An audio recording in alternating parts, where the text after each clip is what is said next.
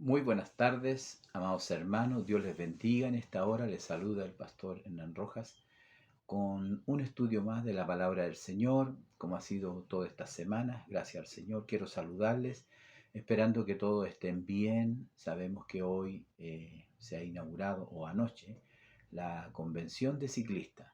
Y esperamos que el Señor sea bendiciendo a cada uno de mis hermanos, mis pastores que están en ese evento, los ciclistas, y esperamos que sea de mucha bendición.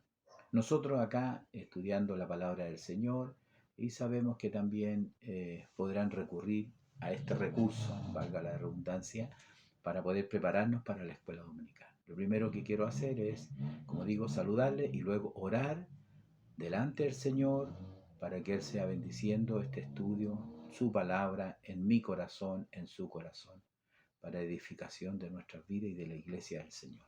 Oramos delante de su presencia.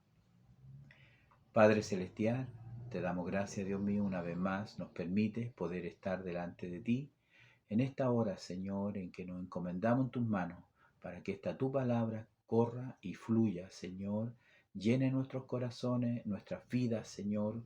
Usa este estudio, Señor, para hablar a tu pueblo. Como un día, Señor amado, hablaste a mi vida. Instruye a tu pueblo, instruye, edifica a mi pueblo, guía a mi pueblo. Señor, ayúdame por misericordia. Te pido, Padre, ahora tu bendición por los méritos de Cristo Jesús, mi bendito y eterno Salvador. Amén y amén. Bien, gracias al Señor, ya estamos entonces dispuestos ya para entrar al tema principal y esperamos que el Señor nos bendiga. Lo primero que vamos a hacer es justamente la lectura de la palabra del Señor que se encuentra en esta ocasión en el libro de Isaías, ahora en el capítulo 6, desde el versículo 1 hasta el versículo 8. El libro de Isaías, entonces, en el capítulo 6 tenemos este pasaje tan hermoso, tan bonito de la palabra del Señor. Así que buscamos acá en nuestra Biblia el libro de Isaías para darle lectura. Capítulo 6. El tema que tenemos para el día de hoy, Dios llama a Isaías. Lo que vamos a ver entonces es precisamente el llamamiento de Isaías. Y le doy lectura en el nombre del Señor Jesús. Dice, en el año que murió el rey Usías, vi yo al Señor sentado sobre un trono alto y sublime, y sus faldas llenaban el templo. Por encima de él había serafines, cada uno tenía 6 alas, con 2 cubrían su rostro, con 2 cubrían sus pies, y con 2 volaban. Y el uno al otro daba voces diciendo, Santo, Santo, Santo, Jehová de los ejércitos, toda la tierra está llena de su gloria. Y los quiciales de las puertas se estremecieron con la voz del que clamaba, y la casa se llenó de humo. Entonces dije, ay de mí, que soy muerto, porque siendo hombre inmundo de labios y habitando en medio de pueblo que tiene labios inmundos, han visto mis ojos al Rey Jehová de los ejércitos. Y voló hacia mí uno de los serafines, teniendo en su mano un carbón encendido, tomado del altar con sus tenazas, y tocando con él sobre mi boca, dijo, He aquí que esto tocó tus labios, y es quitada tu culpa, y limpio tu pecado. Después oí la voz del Señor que decía, ¿A quién enviaré? ¿Y quién irá por nosotros? Entonces respondí yo, heme aquí, envíame a mí. Amén. Esa es la lectura de la palabra del Señor que hoy nos da el Señor por su palabra. Así que agradecemos al Señor por este tema que tenemos delante de nosotros. El texto de esta lectura se encuentra en Isaías capítulo 6, versículo 8, que es el llamado finalmente de Isaías. Después oí la voz del Señor que decía, ¿quién enviaré y quién irá por nosotros? Entonces respondí yo, heme aquí, envíame a mí. Bendito sea el nombre del Señor. Permita Dios que definitivamente al término de este estudio podamos nosotros estar en esa condición, en ese estado, en esa condición, con ese espíritu de decirle al Señor, heme aquí, Señor, envíame a mí. Bien, vamos a entrar entonces a este tema que, como tiene por título, Dios llama a Isaías. El primer subtítulo es La gloria de Dios revelada y el segundo subtítulo es Envíame a mí. Tengo que decir primeramente, antes de entrar a esta primera parte, la gloria de Dios revelada, quisiera hacer algún pequeño comentario acerca de lo que tenemos nosotros en esta tarde, ¿no? En esta tarde. Según mi texto bíblico que tengo delante de mis ojos, sé que en su Biblia es posible que aparezca otro texto, otro encabezamiento, otro título, lo cual tengo que aclarar que no es inspirado. Lo que es inspirado es la palabra del Señor. Pero cuando comenzaron las traducciones, las impresiones de las Biblias por las sociedades bíblicas y por otros también, le fueron poniendo títulos que ayudan mucho, por cierto, pero no son inspirados. En mi Biblia dice visión de Isaías. Entonces, quiero hablar un poquito de la visión. Quiero hablar un poquito de la visión. Y quiero leer el texto de Proverbios, capítulo 29, versículo 18, y dice, donde no hay visión, el pueblo se extravía. Así dice el proverbio en el versículo 18, capítulo 28 de Proverbios. Lo vuelvo a repetir, donde no hay visión, el pueblo se extravía. Entonces, algunos usan este texto, por cierto, para enfatizar la importancia de la visión. Toman este texto, lo exponen y ponen el énfasis, la gran importancia que se tiene cuando en el liderazgo no hay visión, no hay visión. Entonces, porque si no hay un plan, si no hay una visión, tenemos que estar de acuerdo que la gente realmente vaga y no tiene un rumbo cierto, no tiene una dirección del Señor.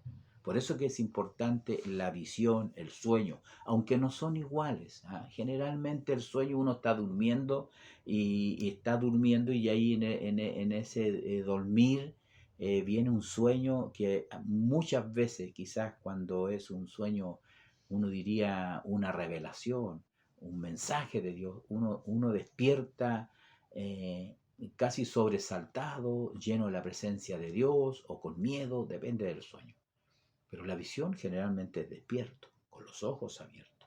Ver algo que nadie más ve. Esa es una visión. Entonces, nosotros vemos en la Escritura que Dios ha hablado muchas veces a muchas personas por medio de las visiones.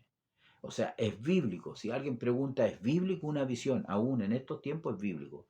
Es bíblico. Nosotros lo encontramos en la Escritura muchas veces y quizás una y para estar un poco acorde a lo que ha sido el tema, creo que Moisés, en el capítulo 3 de Éxodo que voy a leer, es muy importante lo que tenemos aquí en este capítulo 3, del 1 al 3, que lo voy a leer en el nombre del Señor. Dice, apacentando Moisés las ovejas de Jetro, su suegro, sacerdote de Madián, llevó las ovejas a través del desierto y llegó hasta Horeb, monte de Dios. Y se le apareció el ángel, observe, y se le apareció el ángel de Jehová en una llama de fuego en medio de una zarza.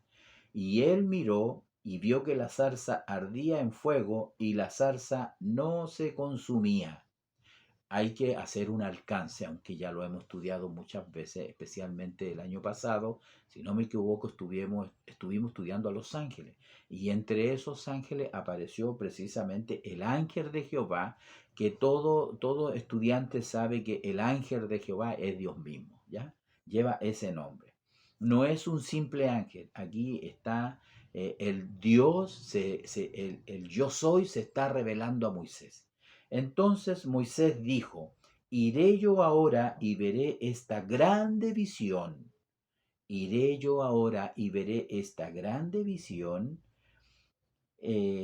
¿por qué causa la zarza no se quema? Entonces ahí podemos ver, ¿no es cierto?, en este pasaje, cómo Dios se revela a Moisés a través de una visión. ¿Por qué causa? Le llamó la atención a Moisés, ¿por qué causa esta zarza no se quema? Porque Dios es eterno. O sea, digamos que si fuera una zarza común, una vez que se quema el combustible y ya no hay nada más que quemar, el fuego se tendría que apagar por sí mismo. Porque los tres elementos del fuego, el combustible, el oxígeno, la temperatura, entonces cuando es removido uno de ellos, el fuego se apaga. Eso es lo que hacen los extintores. Eliminan uno de los elementos y el fuego se apaga. Aquí Dios está encendiéndose, encendiéndose, encendiéndose, encendiéndose. No se apaga. Bueno, ese es un alcance de esta visión. Entonces vemos nosotros en este pasaje, que en el verso 7, por ejemplo, luego dijo Jehová, bien, he visto la aflicción de mi pueblo que está en Egipto. Le habla el Señor desde la zarza a Moisés, y he oído su clamor a causa de sus exactores, pues he conocido sus angustias, y he descendido para librarlo de mano de los egipcios y sacarlos de aquella tierra a una buena tierra. Es lo que Dios le dice en este caso a Moisés. Dios ve la aflicción del pueblo. Y en el verso 10, entonces viene el llamado. Ya vamos a ir a Isaías, pero usted ya debe estar pensando cómo es tan parecido el pasaje, ¿no? Entonces en el versículo 10 le dice, ven por tanto ahora y te enviaré a Faraón. Ven por tanto ahora y te enviaré a Faraón para que saques de Egipto a mi pueblo, los hijos de Israel. Esa es la visión, ese es el mandato, esa es la orden, como queramos llamarle. Pero esa es la visión que tiene Moisés. Él entiende que a través de esta visión, nosotros al conocer la vida de Moisés, al conocer todo lo que él vivió, podemos decir que él vivió una vida nómade, muy incómoda. Él estaba bien en el palacio. Sin embargo, él tuvo que vivir estas 4 décadas, 40 años en el desierto, 40 años para dirigir una multitud de personas, una muchedumbre que a través de la escritura nosotros nos damos cuenta que era quejosa, era irrespetuosa, era disconformista, era reverde a la autoridad, estaba siempre descontenta. Y lo único que mantuvo a Moisés fue la visión de la zarza ardiente. Yo creo que ustedes estarán de acuerdo conmigo, porque vivir en esas circunstancias, liderar esa cantidad de gente que se rebelaba a la autoridad, y una de las cosas que Dios aborrece es cuando alguien se rebela a la autoridad y no tiene respeto y no reconoce la autoridad que está en el que está sobre nosotros. Usted que está en autoridad, mi pastor. Si usted a veces, si queremos, porque todos nosotros queremos que quienes están bajo nuestra autoridad nos puedan respetar y no existe esa confrontación cruel que existe muchas veces, belicosa, con un espíritu de rebeldía. Si yo quiero que eso sea así, también tengo que hacerlo quienes están sobre mí. Porque a veces queremos que los que estén bajo estén sujetos, pero no me sujeto a los que están arriba. Así que esa es una gran enseñanza. Y Moisés tuvo que sufrir todo eso lo tuvo que sufrir, y yo creo firmemente, y de acuerdo a este tema, solamente porque él tenía una visión. Entonces, cuando uno tiene una visión, entonces nos da un sentido de esperanza en el futuro. Hoy en día hay gente que no tiene esperanza. A veces hay hermanos en la iglesia que ven todo malo y ven que nada se va a arreglar, no, porque no tienen una visión. Porque si tuvieran una visión del Señor, entonces ellos estarían obrando de acuerdo a esa visión. Esa visión los sostendrían a ellos, aún en los momentos más difíciles, en los momentos más de desánimo, en los momentos de más lucha, de más prueba, la visión los sostendría. Por eso que es importante y quería hablar un poquito acerca de la visión, porque no se puede tener, hermanos, un mañana. No se puede tener un mañana si siempre estoy pensando en el pasado. ¿Ah? Yo sé que los recuerdos son buenos. Nosotros gozamos, disfrutamos, tenemos fotos, tenemos videos de momentos tan bonitos, momentos tan especiales. Pero si no tenemos una visión, no, si no tenemos no podemos pensar en el mañana si siempre estoy como quejándome del día de ayer que pasó. No, en la visión produce una dinámica. Cuando un hombre recibe una visión, el hombre se alienta, se pone dinámico. Muchos otros al verlo se suman a esa visión de ese líder que está por delante. Se suman a la carrera porque no solamente produce dinámica, sino que produce una devoción. La persona que tiene una visión se pone devoto y tiene devoción para hacer las cosas, tiene una entrega alma, cuerpo y espíritu por esa visión. Entonces, amados hermanos, qué importante, no solamente tiene una dinámica, no solamente tiene una devoción, sino que también tiene una dirección, porque el hombre que no tiene visión va para cualquier lado, para cualquier lado lo lleva a las corrientes doctrinales. Muchas veces no sabe para dónde va, pero el que tiene una visión sabe a dónde tiene que llegar, sabe cuál es el puerto donde tiene que llegar con su embarcación. No se echa a la mar y no sabe para dónde va, donde no ve horizonte. Pero el que tiene una visión es como tener una brújula, es como tener un mapa, es como tener, ¿no es cierto?, la mente de Dios y es guiado por el Señor. Toda visión, obviamente, es probada, no todo es tan fácil.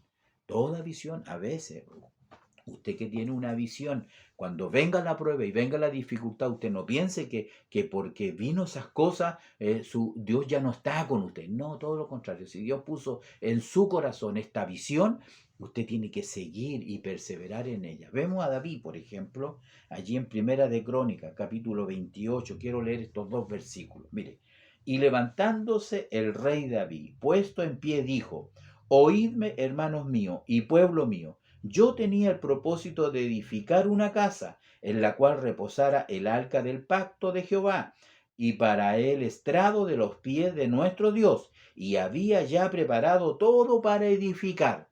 Ustedes saben de quién estoy hablando, ¿no? Del rey David. Él se había preparado, él quería tener, que Dios tuviera una... Él tenía una regia casa, pero el arca andaba de tienda en tienda. Mas Dios me dijo: Tú no edificarás casa a mi nombre, porque eres hombre de guerra y has derramado mucha sangre. ¿Qué pasó con la visión? ¿Qué pasó con el deseo? ¿Qué pasó con el propósito? Bueno, hay que decir también que toda visión debe estar acorde al plan de Dios. Dios es el que pone la visión en el corazón del hombre. Pero quiero tomar este texto para que pensar de que a veces podemos tener ciertas dificultades. Sin embargo, él se dio cuenta que Dios aún así lo había elegido a él y había elegido a sus hijos y a los hijos de sus hijos para que se sentaran en el cetro, se sentaran en el trono de Judá, en el trono de Israel. ¿Y qué es lo que hizo él? Él juntó todo el material, él de su tesoro personal puso una cantidad enorme de dinero. Alguien sacó un cálculo que al día de hoy podrían ser unos 2.000 millones de dólares, una cifra bastante grande, ¿no? Entonces podemos ver que toda visión de pronto puede ser probada.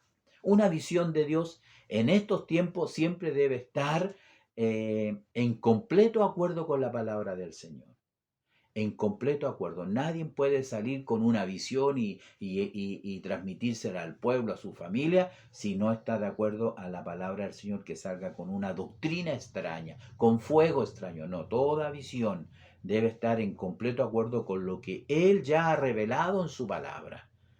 Y nunca una visión de estos tiempos va a tener mayor autoridad que la palabra del Señor. Quiero dejar eso en claro también, porque de pronto aparecen estos supuestos profetas, estos que supuestos que tienen un mensaje nuevo de Dios. Bueno, el mormonismo nace así, po. El mormonismo nace con un nuevo evangelio en una nueva tierra, en un nuevo continente.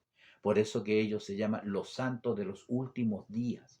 Entonces, la persona que tiene una visión realmente tiene su correspondiente significado. su correspondiente significado. Entonces, quería comentarle estas cositas antes de entrar al tema que tenemos en esta hora, que también tiene mucho que ver, porque vamos a hablar de qué. Estamos hablando precisamente de la visión de Isaías o el llamado de Isaías a través de esta visión. Bien, dice la escritura en el libro de Isaías que tenemos aquí delante de nosotros, en la lectura bíblica, que es hermosa, ¿no? En el año en que murió el rey Usías, vi yo al Señor sentado sobre un trono alto y sublime, y sus faldas llenaban el templo. Qué interesante es poder leer esta revelación en ese año que estaba marcado por la muerte del rey. El rey Usías fue uno de los buenos reyes. Si bien es cierto, alguien entendido en la palabra me dirá, pero pastor, él murió de lepra. Sí, es verdad, él murió de lepra, pero yo quiero llevarlos, ¿no es cierto? A ver, veamos el pasaje. Esto está en el libro de Segunda de Crónicas, ¿sí? En el libro Segunda de Crónicas, en el capítulo 26, mire, dice así, el 26. Vamos a ver, el rey en Segunda de Crónicas 26, del 1 al 5. No, esta referencia, perdón, estoy leyendo en otro libro. Segunda de Crónicas 26.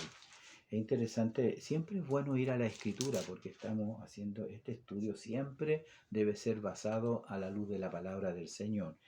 Voy a leerle algunos versículos acá que tengo anotados. Entonces todo el pueblo de Judá tomó a Usías, el cual tenía 16 años de edad, y lo pusieron por rey en lugar de Amasías su padre. Usías edificó a Elot y la restituyó a Judá, después que el rey Amasías durmió con su padre. De 16 años era Usías cuando comenzó a reinar, y 52 años reinó en Jerusalén, una cantidad de años muy poco alcanzada por muchos reyes, por la mayoría de los reyes. La mayoría de ellos digamos, gobernaron mucho menos. Él reinó 52 años, reinó en Jerusalén. El nombre de su madre fue Jecolía de Jerusalén. Y observe, el versículo 4 dice, e hizo lo recto ante los ojos de Jehová, conforme a todas las cosas que había hecho Amasías su padre. Esa frase también bíblicamente importante. E hizo lo recto ante los ojos de Jehová. Y persistió en buscar a Dios en los días de Zacarías, entendido en visiones de Dios. Y en estos días en que le buscó a Jehová, él le prosperó. Entonces, en resumidas cuentas, él fue un buen rey, un buen rey. Está en esa categoría. El versículo 16 dice, más cuando ya era fuerte, su corazón se enalteció para su ruina, porque se rebeló contra Jehová su Dios, entrando en el templo de Jehová para quemar incienso en el altar del incienso. Y bueno, ahí tuvo un periodo no tan bueno, más bien malo, porque ocupó un lugar que no le correspondía, solamente era el sacerdote, y eso fue causa que él fue castigado con lepra hasta el día de su muerte. Pero vuelvo a decir, mientras él buscó a Jehová, Dios le prosperó grandemente. Por lo tanto, como digo, fue un buen rey, ¿no? No podemos decir que no fue un buen rey. Entonces, amados hermanos, vi yo al Señor, dice en vi yo al Señor. Esta es una teofanía. Teofanía es la revelación de Dios cuando Dios se muestra en el Antiguo Testamento. Generalmente ya lo vemos con Moisés en una zarza ardiendo. La cristofanía es una revelación de Cristo en el Antiguo Testamento. Es decir, nosotros que sabemos que Cristo, que Él no nació en Belén, en la parte física, pero Él era desde antes que se formara el cielo, la tierra y todas las cosas, ¿no? Él es eterno. Entonces, cada vez que se aparece es una cristofanía o, en este caso, una teofanía. Vi yo al Señor, como digo, es una manifestación de Dios en las Escrituras. Cuando leemos aquí este párrafo, por ejemplo, acá dice, la gloria de Dios revelada. En aquellos días había muerto el rey Usías, seguramente. Isaías le embargaba una profunda tristeza, pero tuvo el privilegio de encontrarse con otro rey, el rey del universo, Jehová de los ejércitos, quien muestra su gloria y majestad a este pobre hombre que al ver su condición indigna pensó que moriría. Sin embargo, este era un rey amoroso que lo limpió de su culpa y pecado. Dios corrió el velo de los ojos de Isaías y le permitió ver su gloria. Los serafines clamaban, Santo, Santo, Santo. Voy a leer hasta ahí este primer párrafo, porque realmente este pasaje, este texto nos muestra varias cositas en realidad. De las cosas que podemos aprender y sacar como lección para nuestra vida es, bueno, el carácter de santidad de Dios, la majestad de Dios, que su presencia llenaba el templo. Realmente vemos cómo estos seres angelicales también vemos cómo ellos le dan el tributo a él, y finalmente también vemos eh, lo que sucede, la reacción que tiene el profeta frente a esta visión, a esta gloria, a esta majestad donde el templo se movía y se remecía completamente, ¿no? Entonces eso es sumamente importante en esta parte de esta lección. Aquí dice la escritura, y el uno al otro, los serafines, ¿no? Que tenían 6 alas, con 2 cubrían sus rostros, con 2 cubrían sus pies y con 2 volaban. Aún ellos, seres angelicales santos, eh, eh, tenían este respeto por el Señor, por quien estaba delante de ellos, y cubrían sus rostros y cubrían sus pies y decían uno al otro, Santo, Santo, Santo, Jehová de los ejércitos, toda la tierra está llena de su gloria. Esta expresión de estos seres angelicales aparecen solamente 2 veces en la Escritura. Aquí en el libro de Isaías capítulo 6 y en el libro de Juan, en el libro de Apocalipsis que escribió el apóstol Juan. Él escribió en Apocalipsis capítulo 4 versículo 8, escribe también. Son los dos únicos textos que aparecen en la escritura en que estos seres angelicales, acá los serafines y allá en Apocalipsis los seres vivientes, ellos proclaman esto santo, santo, santo que, que para muchos, ¿no es cierto?, habla acerca de la santidad de Dios, por cierto, ¿no? O es cantado o es hablado por estos seres, y siempre también es una transportación de un hombre al trono de Dios. Aquí lo que sucede también es lo mismo. O Juan, y después lo vamos a ver, él dice que él fue trasladado, transportado, sube aquí, le dice el Señor, y él tiene esta visión ante el trono de Dios. Primero, como digo, el profeta Isaías, y finalmente también el apóstol Juan en la isla de Pasmo. Realmente, amados hermanos, cuando uno se encuentra con esta expresión, tiene que hablar acerca un poquito de la santidad de Dios. De todos los atributos es quizás el más difícil de explicar. De todos los atributos que Dios tiene es el más difícil quizás de explicar, porque Dios tiene atributos morales y atributos que son absolutos.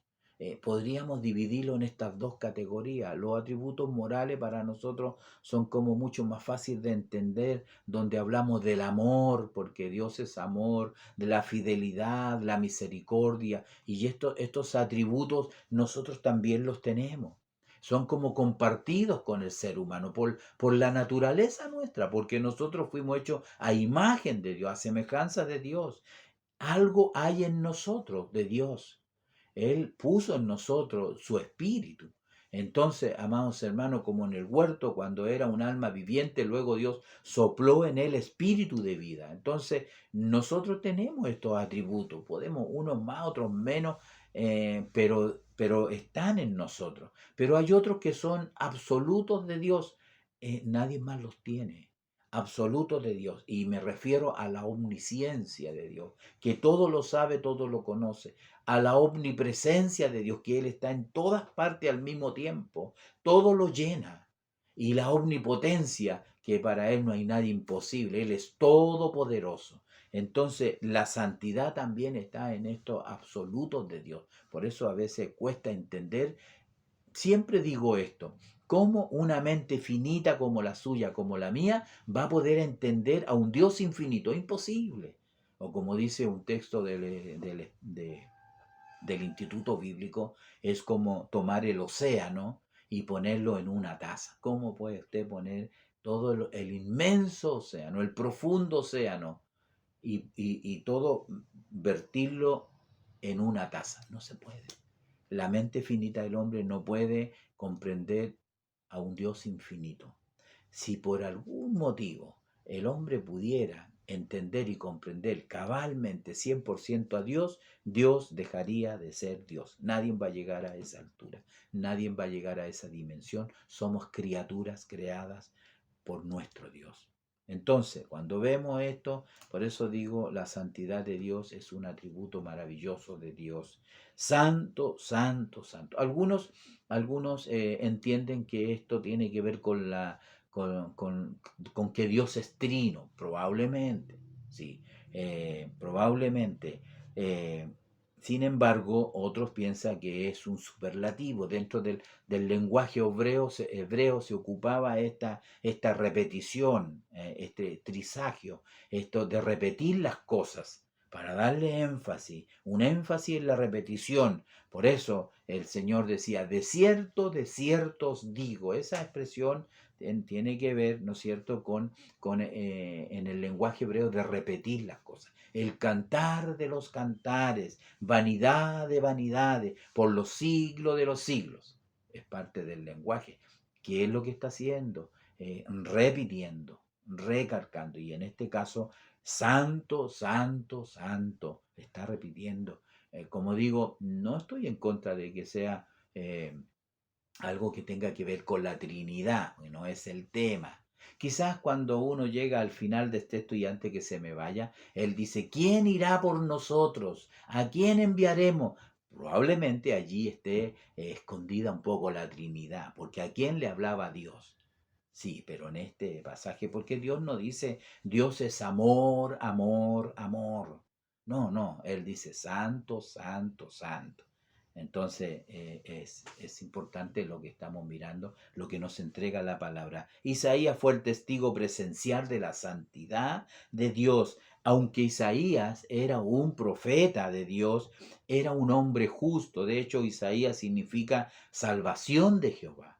No era un hombre del vulgo, del pueblo, un pecador, no. Seguramente él recorría los palacios del gobierno y realmente seguramente tenía acceso al gobierno. No por algo dice aquí el día en que murió, el año en que murió el rey Usía.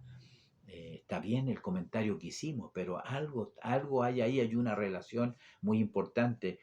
Como digo, si gobernó 52 años, hay que entender que alguien que haya nacido en el primer año del rey Usía vivió 52 años sin conocer ningún otro rey, sin conocer otro rey.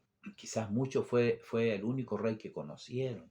Si bien es cierto, bien lo dice el expositor, Dios, ¿no es cierto?, viendo quizás lo apesadumbrado que estaba Isaías por no volver a ver al rey, Dios se le revela como el rey de reyes y señor de señor. Qué bonito, ¿no?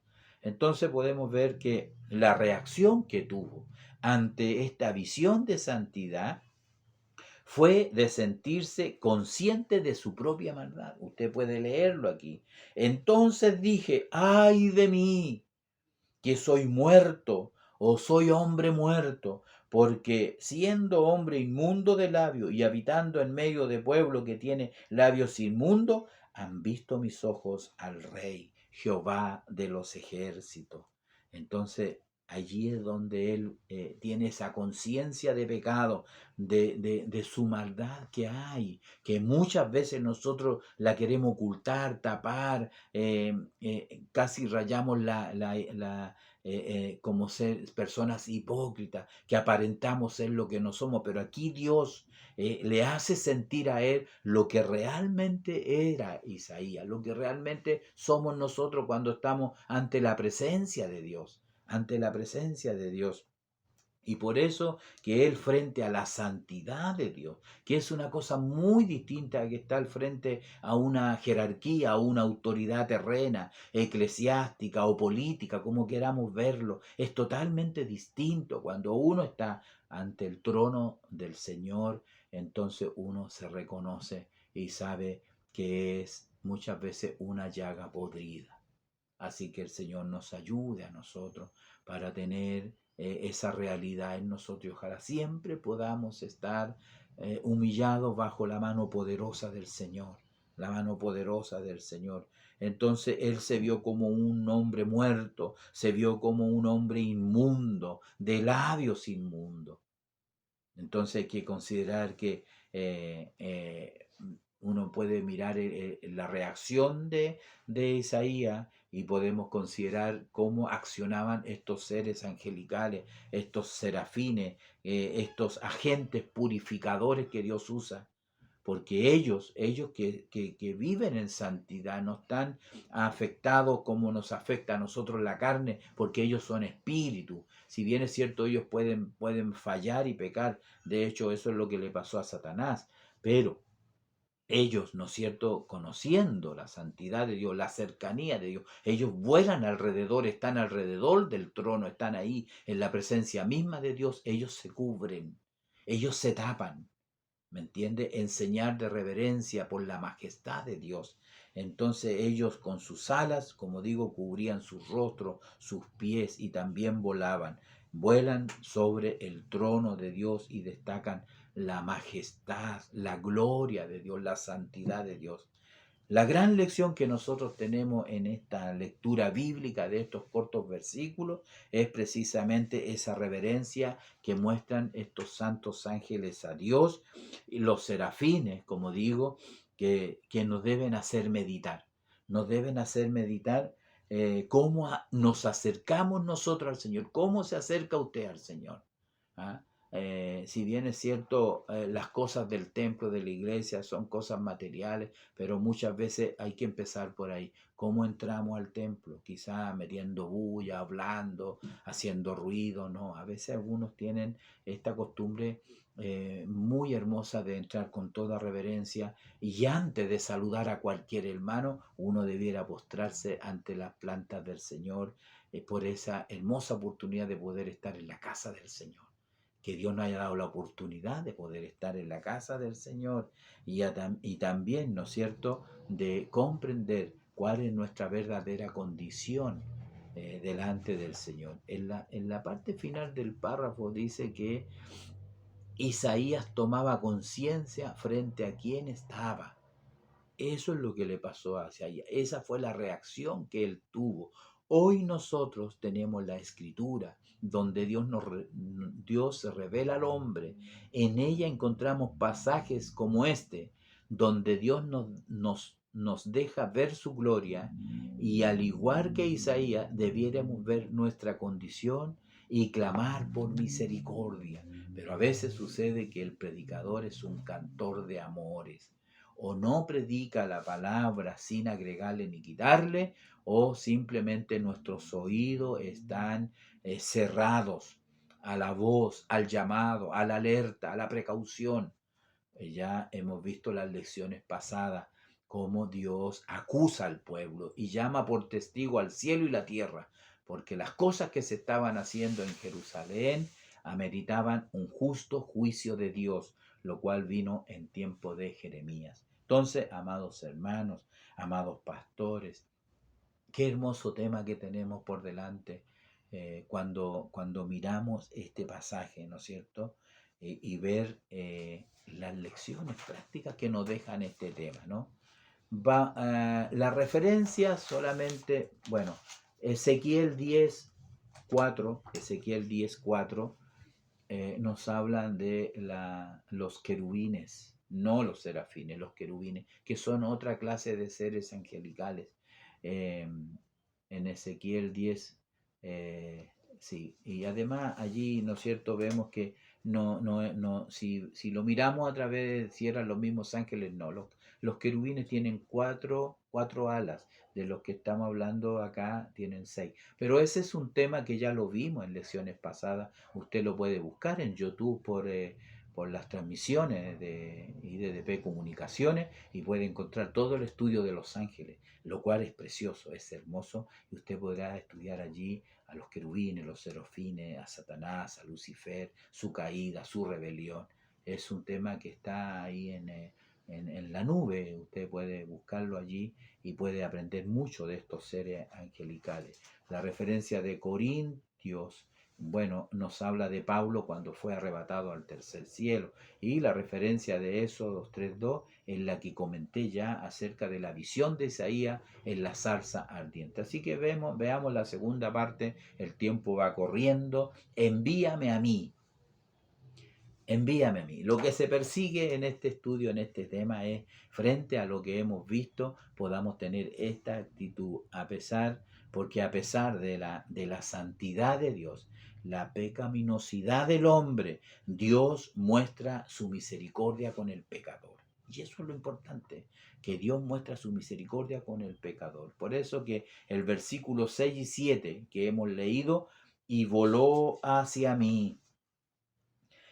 Y voló hacia mí uno de los serafines, porque quedamos en la parte en que Isaías estaba muy impactado por la santidad de Dios. Y voló hacia mí uno de los serafines teniendo en su mano un carbón encendido, tomado del altar con una tenaza, y tocando con él sobre mi boca, dijo: He aquí que esto tocó tus labios, y es quitado tu culpa y limpio tu pecado. Lo que sucede aquí, el profeta es santificado para su ministerio, es santificado para su ministerio. Envíame a mí. No podemos llegar a esa frase, no podemos sentir eso en nuestras vidas, en nuestros corazones, si antes nuestra vida es santificada, es transformada, es limpiada, es preparada para este ministerio de ser pregonero de justicia y llevar la palabra de Dios. Por eso en esta parte, envíame a mí. Entonces, cuando el hombre es limpio de su maldad, recién puede ser enviado. Recién el hombre puede ser enviado para iniciar su ministerio, como lo hemos visto aquí en Isaías. ¿Cuál es el título general de esta lección? Dios llama a Isaías, le muestra su gloria, se da cuenta que es un pecador, el Señor viene en su rescate, en su misericordia, lo santifica y luego Él está preparado para responder, como dice aquí. Después oí la voz del Señor que me decía: ¿quién enviaré? ¿Y quién era por nosotros? Entonces recién yo pude responder: heme aquí, envíame a mí. Qué hermoso cómo termina, ¿no es cierto? Por cierto, siempre la palabra del Señor debe terminar en esto tan misericordioso y tan grande que el Señor hace, ¿no? Mirando, amados hermanos, y leyendo este texto, dice que después de este glorioso encuentro, comienza el ministerio de Isaías, considerado por muchos como el evangelista del Antiguo Testamento, ya que sin duda, ya que de todos los profetas, fue él quien vio con mayor claridad al futuro Redentor. Sin duda, un privilegiado de Dios, sin duda un privilegio de Dios, al ser el comunicador de tan grandioso anuncio. El bendito Espíritu Santo es quien convence de pecado al hombre. Isaías miró su realidad y tuvo que exclamar: ay de mí. Esa es la actitud que Dios espera de nosotros para poder limpiar y capacitar al hombre. Es allí donde recién podemos oír palabras tan gloriosas como: he aquí que esto tocó tus labios y es quitado tu culpa y limpio tu pecado. Solo después de esto podemos decir con seguridad: envíame a mí, Señor. Es lo que he estado hablando en estos momentos, dando a entender, hermano, que tiene que producirse eso. Si no se produce eso, entonces es más difícil. Ahora, mirando esta visión de Isaías y yendo un poco a la experiencia de Apocalipsis que quiero leer en esta hora, vamos a irnos a Apocalipsis capítulo 4. Acompáñeme usted a ver, porque es importante. La pregunta es, ¿por qué Juan? ¿Ya? ¿Por qué Juan? Y quiero leer aquí este texto, dice, ¿por qué Juan no le pasa exactamente lo mismo? ¿Ah? Mire, y los 4 seres vivientes tenían cada uno 6 alas. Probablemente estos 4 seres vivientes sean los serafines, aunque no lo dice acá. Y los 4 seres vivientes tenían cada uno 6 alas, y alrededor y por dentro estaban llenos de ojos, y no cesaban día y noche de decir, Santo, Santo, Santo es el Señor Dios Todopoderoso, el que era, el que es y el que ha de venir. Y siempre que aquellos seres vivientes dan gloria y honra y acción de gracia al que está sentado en el trono, al que vive por los siglos, aquí no dice que él sintió lo que sintió Isaías.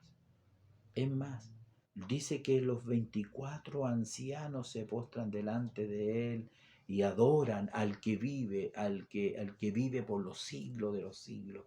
Es interesante ver este párrafo, y eso nos debe llevar, hermanos amados, al primer capítulo, al principio. En el capítulo 4 narra el arrebatamiento, narra en el capítulo 4, ¿no?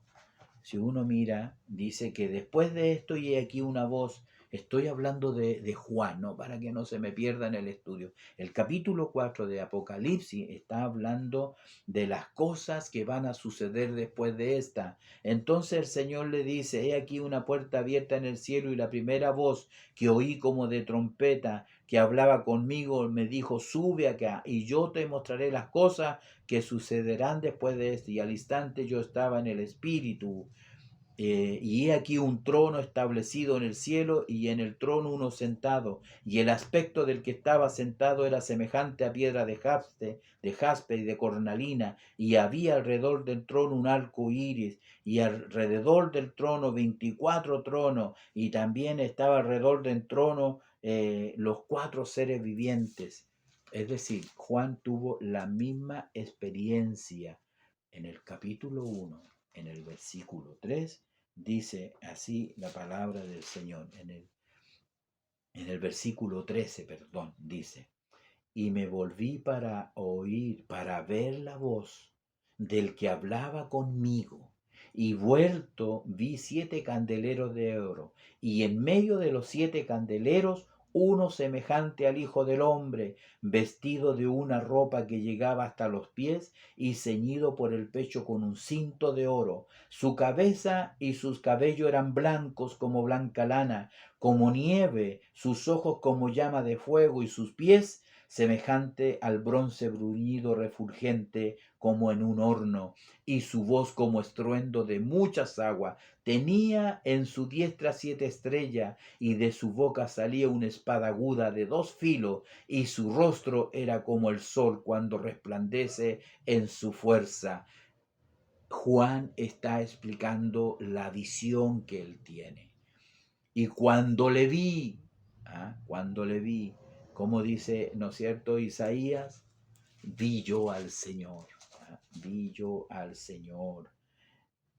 Dice, vi yo al Señor sentado sobre un trono alto y sublime. Juan dice, cuando le vi, caí como muerto.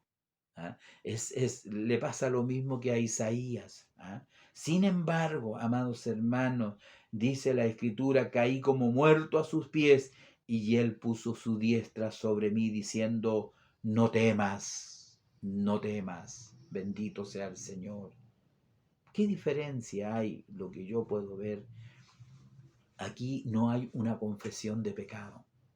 Aquí ciertamente hay un acto de humillación, pero no hay una confesión de pecado. Y quiero explicarlo porque él mismo lo responde, porque él le dice, no temas, yo soy el primero, yo soy el último, y el que vivo y estuve muerto, mas he aquí que vivo por los siglos de los siglos. ¿Qué quiere decir? El que está delante de Juan es el Redentor, es el Señor, que dio su vida, que murió, fue sepultado, pero Él se levantó victorioso. Por eso que Él dice, el que estuve muerto, más he aquí que vivo por los siglos. Y usted sabe perfectamente que ese acto de redención, de sacrificio, de muerte, de resurrección, es el acto redentor de amor más sublime. Que hace que el pecador inmundo sea santo, sea limpio y pueda estar delante del Señor con toda libertad y pueda estar delante de Dios para alabarle, bendecirle, no por nuestros méritos, sino que por los méritos del Santo de Israel. Qué bonito, ¿no? Por eso, qué interesante, qué importante es saber que la mano de tu Dios está sobre ti, que la mano del Señor se posa sobre ti y te dice, no temas, no temas, hijo mío, no temas. Yo di mi vida por ti, yo te defiendo, yo te guardo, yo te cuido, yo te compré a precio de sangre. Es lo mismo que tuvo que hacer el Señor con Isaías. Con Isaías tuvo que sacar un carbón encendido, limpiar sus labios para que él pudiera ser un pregonero de justicia. El Señor con nosotros nos lavó con su sangre preciosa, como la de un cordero inmolado. Entonces, por eso podemos ver en este pasaje, no temas, porque cuando le vi caí como muerto a sus pies, y él puso su diestra sobre mí, diciéndome, no temas, yo soy el primero y el último, y el que vivo, y estuve muerto, mas he aquí que vivo por los siglos de los siglos. Entonces, eso es lo grande, lo maravilloso que nosotros tenemos, que podemos extraer de esta hermosa lección que el Señor nos da, que el Señor nos da. Ver a través de Juan ahora quizás lo que se manifiesta para nosotros hoy en día. ¿Ah? Él es santificado por el Cristo resucitado. Él es santificado y es por eso que cuando los seres vivientes, como leí allí en el capítulo 4, decían, santo, santo, santo, Juan no cae bajo el terror del pecado. Él cae como muerto, pero por la santidad de Dios. Eso no lo vamos a cambiar. Pero él no cae por el terror del pecado. No hay esa cosa en él, porque él ya ha sido pasado por el proceso de la santificación, de la redención, y de hecho él está ahí delante de la presencia del Señor y ve todas esas cosas, ve los tronos, ve estos seres angelicales que adoran la majestad de Dios, como lo he dicho ya. Entonces, él, podemos decir, había tenido un encuentro personal con el Señor. Lo conocía, había uno semejante, dice, al Hijo del Hombre. Él ve a Cristo, pero no como el maestro de Galilea. Lo ve, ¿no es cierto?, glorificado. Y lo ve, ¿no es cierto?, como rey, como señor, como soberano. Entonces, amados hermanos, nosotros nos damos cuenta ahora, porque si Cristo no hubiese resucitado, por eso dice el pasaje, estuve muerto, mas ahora que vivo. Si Cristo no hubiese resucitado, como dijo alguien, ¿no es cierto?, en hebreo, si no me equivoco, vana sería nuestra fe, vana, vana. Entonces, amados hermanos, nosotros ahora, ¿qué podemos decir? Hebreos 4:16 nos dice en su palabra, de la misma forma hoy nosotros, al igual que el apóstol Juan, quiero leer este texto en 4:16 del libro de Hebreo y dice, acerquémonos pues confiadamente, porque ¿qué decía, no es cierto, en nuestro texto? Debemos de ver cómo nos acercamos nosotros al Señor. Y este texto dice, acerquémonos pues confiadamente al trono de la gracia. De la misma manera que Isaías, de la misma manera que Juan, nosotros hoy en día tenemos esa puerta abierta, ese camino abierto para poder ir al trono de la gracia. Ahí uno llora, ahí uno alaba a Dios, ahí uno glorifica al Señor, allí uno se renueva, la visión que Dios nos ha dado se renueva allí, a las plantas del Señor, arrodillado, llorando muchas veces. Se renueva la visión que un día Dios puso en tu vida y puso en tu corazón. Nunca renuncies a eso. Para llegar a la meta, para llegar al final, acércate al trono de la gracia. Ese es uno de los grandes mensajes de este tema. ¿Ah? Es uno de los grandes mensajes. Acerquémonos pues confiadamente al trono de la gracia para alcanzar misericordia y hallar gracia para el oportuno socorro, porque aún, como decía anteriormente, aún en esta visión, en esta visión que Dios te ha dado, muchas veces viene el desaliento y viene, ¿no es cierto?, quizás la duda también, ese gran gigante que es la duda, donde los que estaban a tu lado ya no están, los que eran tus amigos te desprecian. Entonces, pero si tienes una visión de Dios, tienes que seguir adelante, santificando tu vida. ¿Ah? Entonces, qué hermoso podemos decir en esta palabra que el Señor nos ha dado. Como decimos, una vez que el hombre se reconoce pecador y es limpiado de su culpa, oiremos siempre el llamado de Dios, el llamado a cumplir la visión.